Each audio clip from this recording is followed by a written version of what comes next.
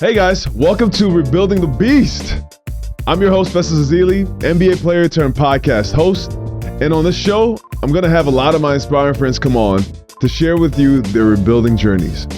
I hope you can take the tips from their lives and apply it to your life as well. Oh, and don't forget to hit subscribe, like, comment, share with a friend. All the things. All right, I'll see you guys soon. So welcome to Rebuilding the Beast. This podcast has been amazing on so many different fronts. For one, it's giving people a platform to speak and to tell their stories. But on the other hand, it gives us a chance to reflect on our journeys. Now, I can't ask people to share their stories without first sharing mine, which I did. I started off this podcast by telling you guys what rebuilding the beast means to me. Rebuilding the beast came as a result of, honestly, it was a space that I needed. I was rebuilding my beast. An NBA champion who went through 6 months, who the NBA player who had a devastating injury and was in a wheelchair for 6 months. I felt like I just, I needed some hope, some motivation, some sort of, I don't know. For me, this is what I needed. I needed a place where people could tell me that things were going to be okay.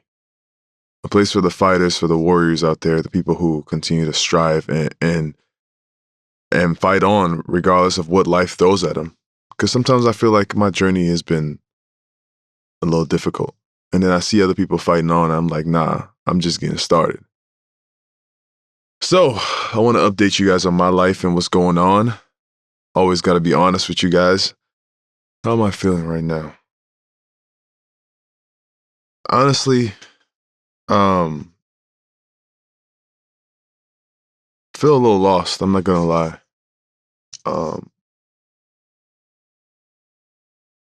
I had been looking. Well, if you guys didn't know, I didn't make it on the Nigerian Olympic team, and because I wasn't fully healthy yet.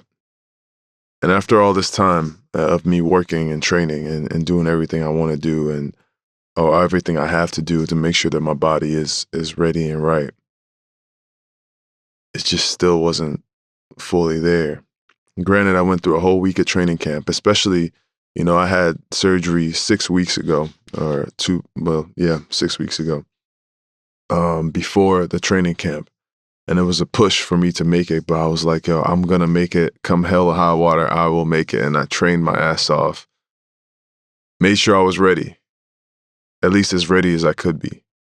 But still, it was too soon. I pushed 12 weeks of recovery into 6 weeks and straight into a training camp rather than, 6 weeks usually it's just to go start playing basketball again.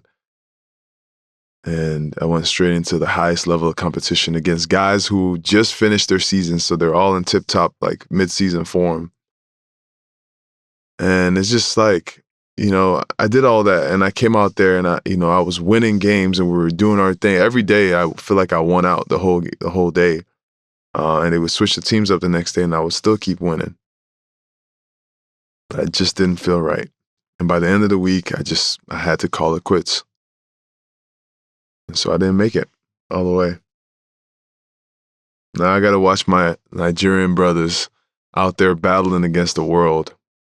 I really was looking forward to being in the Olympics. That was what this goal was for. Like all this fighting. Like I was looking forward to. I was looking forward to getting back on the big stage, and I know my journey's not over, but like I said, I'm always going to be honest. It doesn't feel good. Rejection or not making it to your goal, that shit sucks. It's crazy, man, because like I try to be positive about everything. And in that moment, yes, like It really, really does suck. And I'm trying to turn it to positive. But like I just want to sit in the suck for a second and then just understand that like, yo, like this is part of the thing that drives me is that I hate this feeling. I hate fighting for something and not doing your best. And so I start going in my head, starting to think of like what I could have done. What could I have done differently? Like, is there a way I could have taken my body? What kind of treatment could I have done? What more? Like I did everything. I feel like my diet was great. Like I didn't drink, I didn't eat any sugars. I was like training nonstop, getting my sleep, getting my rest. Hired a mental coach to make sure that I was on point, everything. So right now is, this is one of those episodes where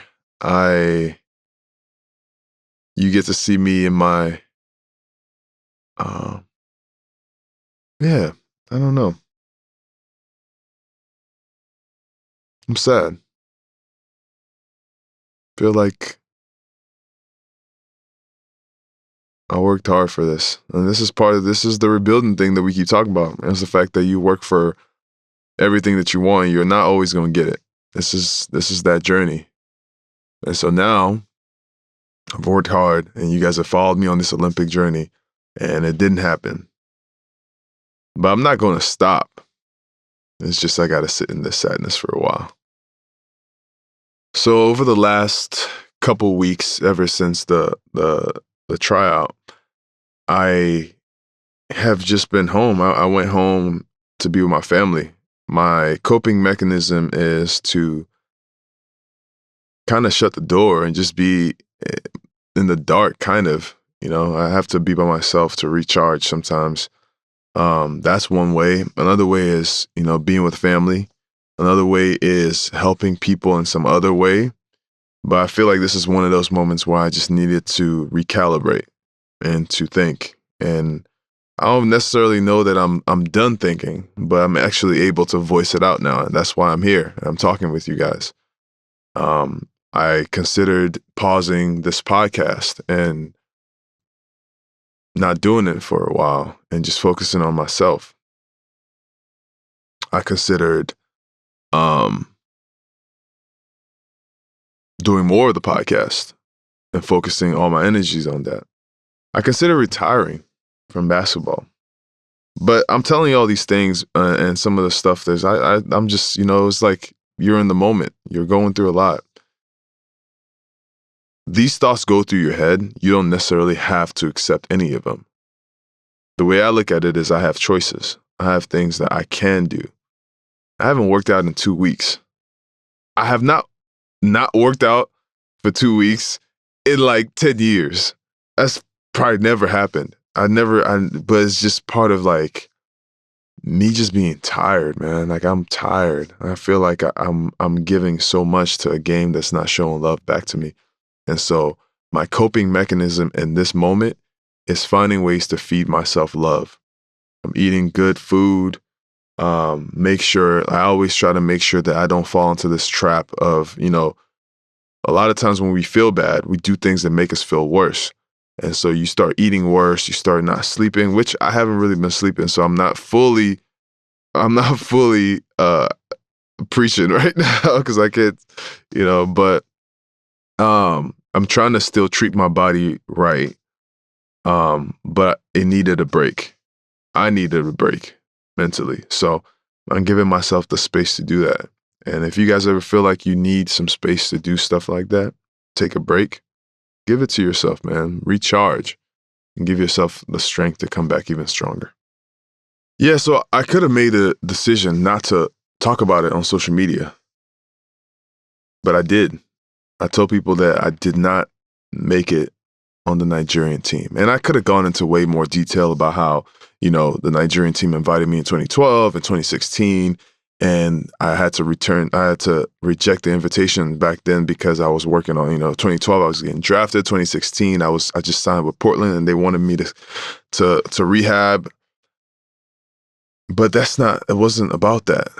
It wasn't about those times. This was the time I felt like this was right. This was the time that I wanted to do this. I wanted to chase this, wanted to go chase the medal with my team for my country. And it didn't work out. But the idea of sharing it on social media, it was weird, man, because I almost didn't want to. I didn't want to say it because I felt like I would be judged. I felt like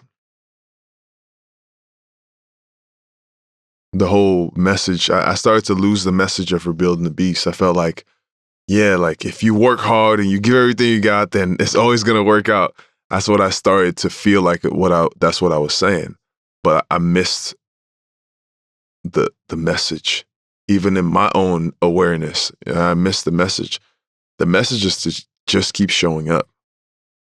That's the message. Like for everybody, I'll say it to you guys, but I say it to myself. Like you just got to keep showing up. Like even doing this podcast episode is hard for me. Like talking about this stuff is painful. Putting it on social media so people, like my mom didn't want me to say it on social media. She was like, "Yo, I don't want people to see that." But to be honest, this is what this space is. It's the vulnerable, honest conversations where we tell people like the real us. I said it from the beginning. I'm not faking anything. Like this is the real me. You know how much it means to me now, and you know how hard I'll keep fighting when I keep moving from here. But I want you to see me, not the Instagram me, and not like a fake version of me. I'm gonna show you my real story and my real journey. And so the decision to do that, it is what it is. Like I put it out there, but the reception has been phenomenal. Everybody was like, wow, I didn't realize how many people were supporting me, how many people were following me on this journey. Like, dang, we're rooting for you. But regardless, we are big Nigeria fans because of you. And that's a win for me. Nigeria has gone on to win 2 games now, exhibition games, but still games nonetheless. And they beat a number 1 USA team, and then they beat the number 4 Argentina team. And to me, that gives me a sense of pride. For one, I'm sad because I wanted to be a part of this. I'm sad, but it also gives me a sense of pride because I would rather the team that beats me be the best team. I would rather the guys who beat me be the best guys. And I just know, hey, I'll shake your hand and say, hey, you know what? I wasn't ready. And so seeing them compete at the level that they're competing at and seeing them do what they're doing, it makes me proud for my country. It makes me proud for the strides that we've taken. And so, and seeing the pride, man, like, y'all can say whatever you want. The main fans, like the mainstream fans, people that just watch, ESPN highlights, they will understand what it means for a Nigerian basketball player to play for their country because they just care about the LeBrons and the KDs. But man, we got so much heart on that team. Being with them for training camp for that week was something special. Like those guys, they brought it every day. Like we were out there 2 days. I haven't done 2 a day since I was a rookie. And to do it coming off an injury was crazy, and it's just insane. But that's just the love and that's the passion I brought to the table. I was like, yo, I don't care. Body, you go move. And it did. And I played well, But by the end of the week, it was a lot of pounding that my body wasn't used to. So I'm happy that I get to be my honest, true self with you guys. I hope that you appreciate it. And even if you don't appreciate it, I hope it's still somewhere in your subconscious it gets to you where you feel like it's okay to be your true self as well. So that's the point of this. That's the point of the podcast. I'm going to keep hustling. I'm going to keep going. And keep saying yes to opportunities that come my way and keep using them. Because at the end of the day, like the way I see it is like, maybe like if at the end of the day, this doesn't keep going, basketball ends, like God is going to give me other opportunities. Like the fact that I got here in the first place, not by my strength. I'm not going to act like I'm the best basketball player that had my position. No, that's not how it works. You get an opportunity and you make it work for you. And God gave me the opportunity and I was prepared when the opportunity came. And so when my next opportunity comes, I'll be prepared and I'll be ready. So that's what I'm on right now. I'm just working my way for my next opportunity.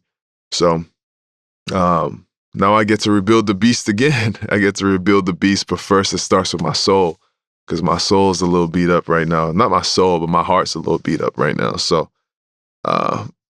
yeah, that's what we're on. Yeah, so, all right, so 2 weeks ago, stopped with the Nigerian team. Last week, my plan was to go to Germany to get some treatments, work on the body, and get back to training. And on my way to the airport, there's an accident, something crazy, causes me to be late. And I'm like, yo, I don't want to hustle trying to get to the airport. I'm just going to move my flight to later in the evening. So I'm driving from Sacramento, San Francisco. I'm like, man, well, I just moved my flight and now I'm in the Bay Area and have a bunch of time to kill. So you know what? I used to live in the Bay. I'll stop by Oakland and I stopped by one of my favorite places to eat. And it's on this like busy intersection, but it's also where I used to live in the same neighborhood. So I was like, oh man, like a little walk down memory lane while I'm at it. Cause I feel like this point in my life, I'm very, very reflective. And so I stopped by. And I'm eating lunch, and after we're done eating lunch, I decide to go walk around. My car gets broken into because all my luggage is in the car in Oakland. And they take everything. They take my bags, they take my passport, my computer, take all my stuff. And this is just last week. And I'm just like, I'm mad, I'm frustrated, I'm sad. I'm like, yo, what's going on? What is this even? And in moments like this, I always lean back on stories that whether it's my father has told me, or stories I've heard from older people around me, my mentors, whatever. And there's a story of a man who he had a horse, a prized horse. And one day this horse escapes from the barn. And the people around him, the villagers, they were so sad for him. And they came to him like, yo, this is so awful that your horse ran away. And the man says, well, I don't know, we'll see. And this horse, that's eventually, someday, weeks later, runs back home with several horses, wild horses. And when they run right back into the barn, to the stables. And the same neighbors came back. They're like, wow, this is so great. You're a rich man now. And this man says, I don't know, we'll see. This man's son tries to ride the horse, one of the horses. And he falls down and breaks his leg. And the same villagers came back around and said, wow, like this is so crazy. This is awful. If the horses weren't here, your son would be okay. The man says, well, I don't know, we'll see. And one day the army came to draft his son to a war that killed a lot of people. And when they came to draft his son, they couldn't draft him because his son's leg was broken. And they said, wow, the same villagers were like, wow, this is amazing that your son, it kind of worked out, didn't it? And the man said the same thing. He said, I don't know, we'll see. Because in life, there are these events that keep happening to us. And in the moment, it might seem like the worst thing ever. But life has this weird way of always working out, And if you listen to the first couple episodes of this podcast, when I'm telling you my story, there's so many different scenarios where I thought that I was being rejected or something bad was happening in my life, but ended up working out for my good. And so with that being somewhere where I started from, I tend to look at life that way a lot of times. Even though it's frustrating and things really suck in the moment, I just try to figure out like, man, I just pray to God and say, man, I know you're protecting me from something else and you're guiding me to something that's a bigger destiny than what I can see. So in that moment when my things got stolen, I'm just like, man, God, I know you know how much I can bear. Just like Mother Teresa says, God, I know how much I can bear. I just wish you didn't have so much confidence in me, And it's just this idea that, man, it just kept coming one after another. But at the end of the day, we'll see, because it's going to work out for my good regardless. So, so when I saw that happen and the things happen, so I right now I'm in the reflective mode. Like I told you, like I'm just trying to figure out like, what am I supposed to do? What is the purpose of this? And a lot of times in our journeys, we're going to get to points where we're like, man, what am I supposed to do? What is the point of this? So that's where I am right now.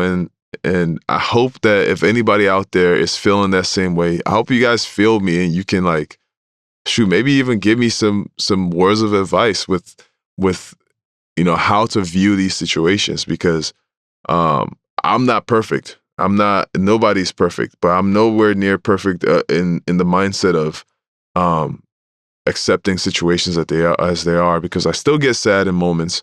But at the same time, I also understand that, I'm so blessed to be here. I'm blessed to have choices and things to do, and a place to lay my head every night. So I lean on gratitude for a lot of time for a lot of things like this, and it seems to work out. So right now I got this big old smile on my face because I know God is definitely looking down, smiling on me. I'm most proud of myself for doing what I said I was going to do, even when I didn't feel like it. When they told me years ago that I wasn't going to play basketball again, that it was going to be too hard, that I was going to have 2 major surgeries that were career ending and all these crazy stuff, I said, all right, well, we'll see about that. And this year I got to play in the G League bubble. I got to try for the Nigerian Olympic team. And I keep going. And it's so funny because it's in a time when I had so many different opportunities to do something else. I got a coaching opportunity last year. I turned it down. I got a TV opportunity last year. I turned it down. All in my mind, I had this goal that I wanted to play basketball again. My goal was to play in the NBA again, and it still is. I'm proud of myself for continuing to fight, because that's what got me here in the first place. I'm proud that I keep showing up every day and doing it with a smile on my face, but not only just with a smile on my face, but with this attitude that I want to impact my community positively.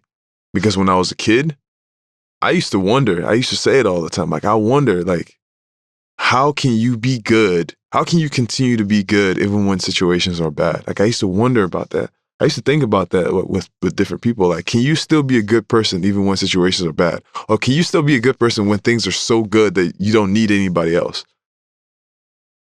And I'm just proud of myself that I keep looking back at that younger kid and that younger Festus saying, I just keep showing up. So that's what I'm proud of. For the days where I don't feel like working out, or I don't really feel like getting out of bed, honestly, today was one of those days. I didn't really feel like doing much. I still don't.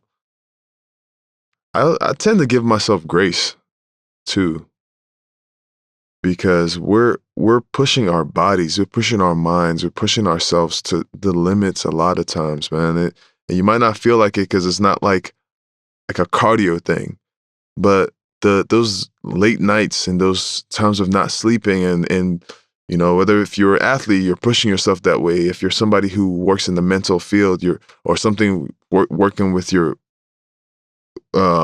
brain in some capacity. We're all working with our brain, but like if you're doing more mental work, you're pushing yourself to the limit. You're working till you're way, way tired and working beyond that.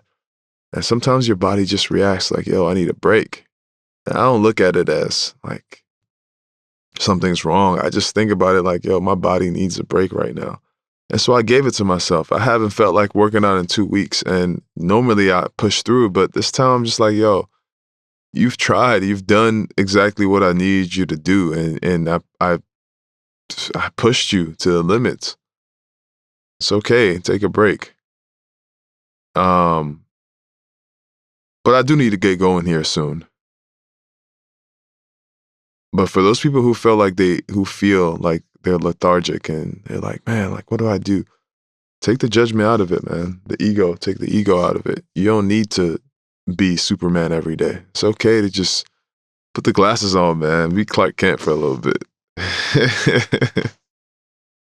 Sometimes I do think about the pressures of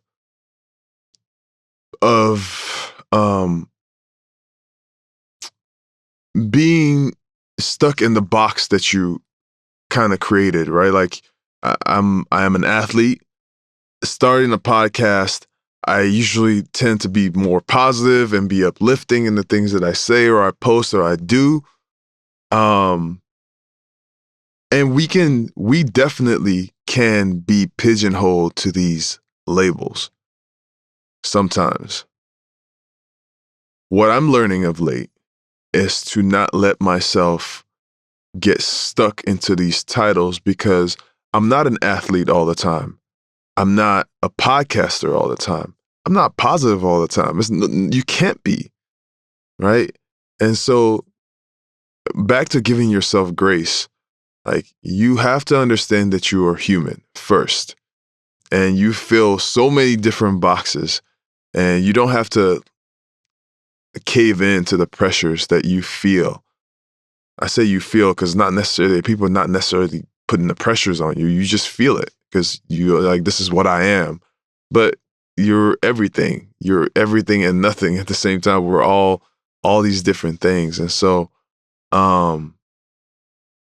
take your ego out of it.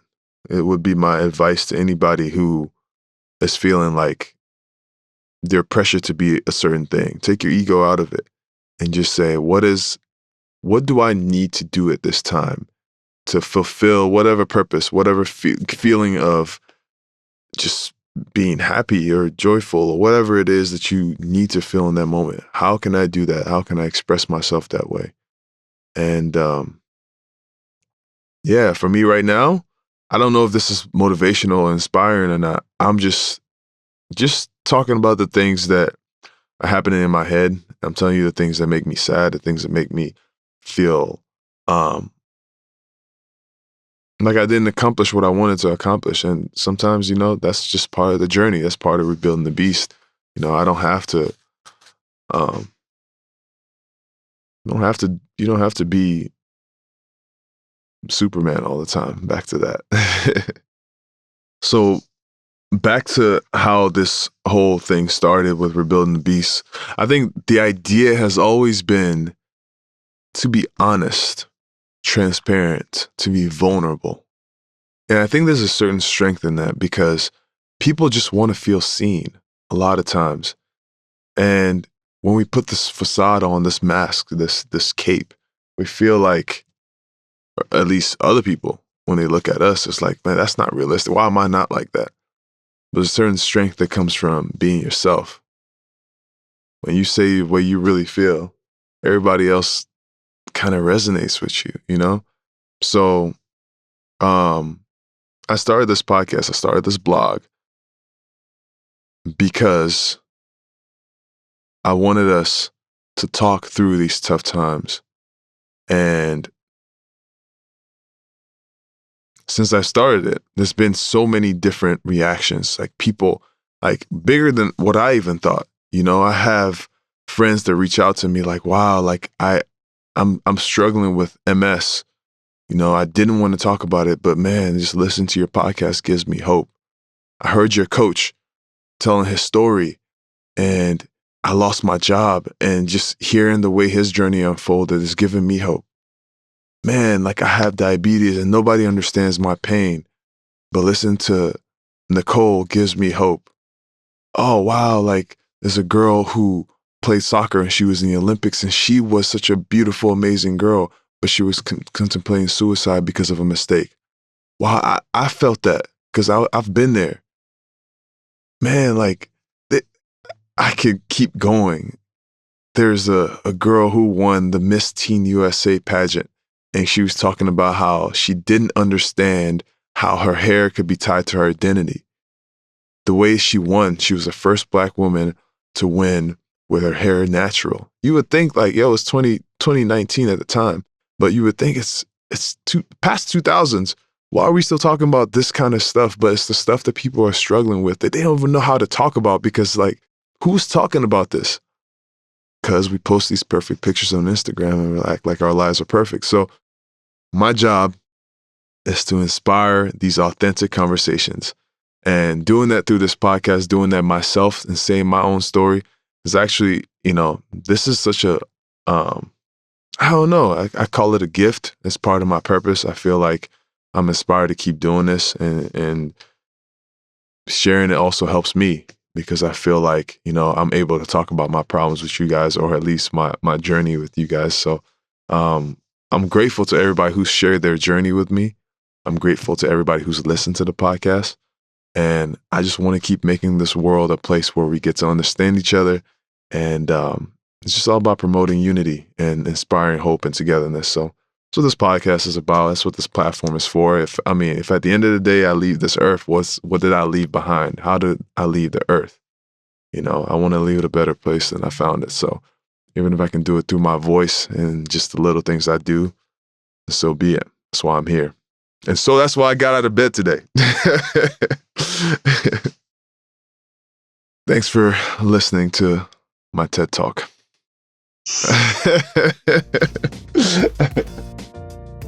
Hey, Festus here. I hope you liked that episode. Don't forget to subscribe, like, comment, and here's some more episodes that you might like. On this side.